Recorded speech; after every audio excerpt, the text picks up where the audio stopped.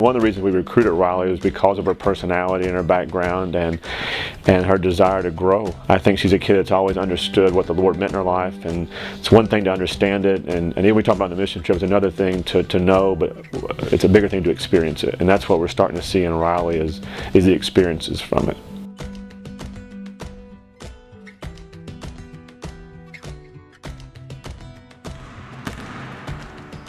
Lipscomb Missions has been such a blessing in my life, and I came to Lipscomb not even knowing that I would partake in mission trips here. I didn't even know that was an option, and so it's been kind of like an unforeseen blessing that's just been placed in my life.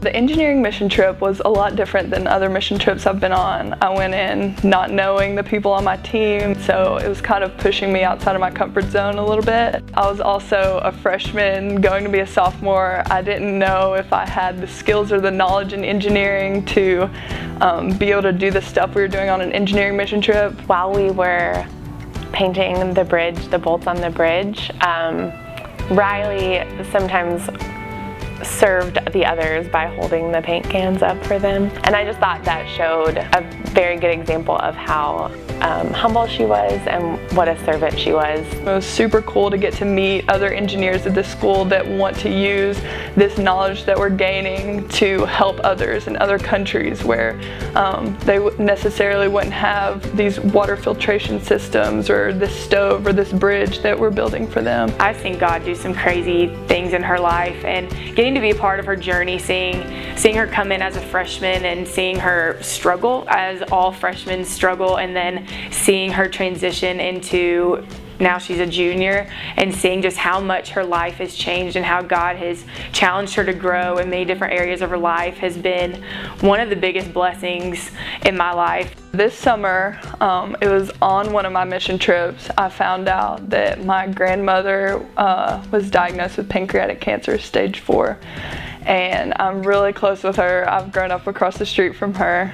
It's been amazing. It truly inspires me to see my grandmother just get up and fight every day, like going through this. And she could have chosen to just like live comfortably and die, but she chose to fight. And whenever I think that like engineering or basketball is too hard, I just think of like what she's going through. I know I can conquer anything, get through anything through the power of prayer and through fight and grit that she has. It's fun to watch her be a very serious student, be very serious about her athletics, but have such joy and love for other people, and you see that come out in her.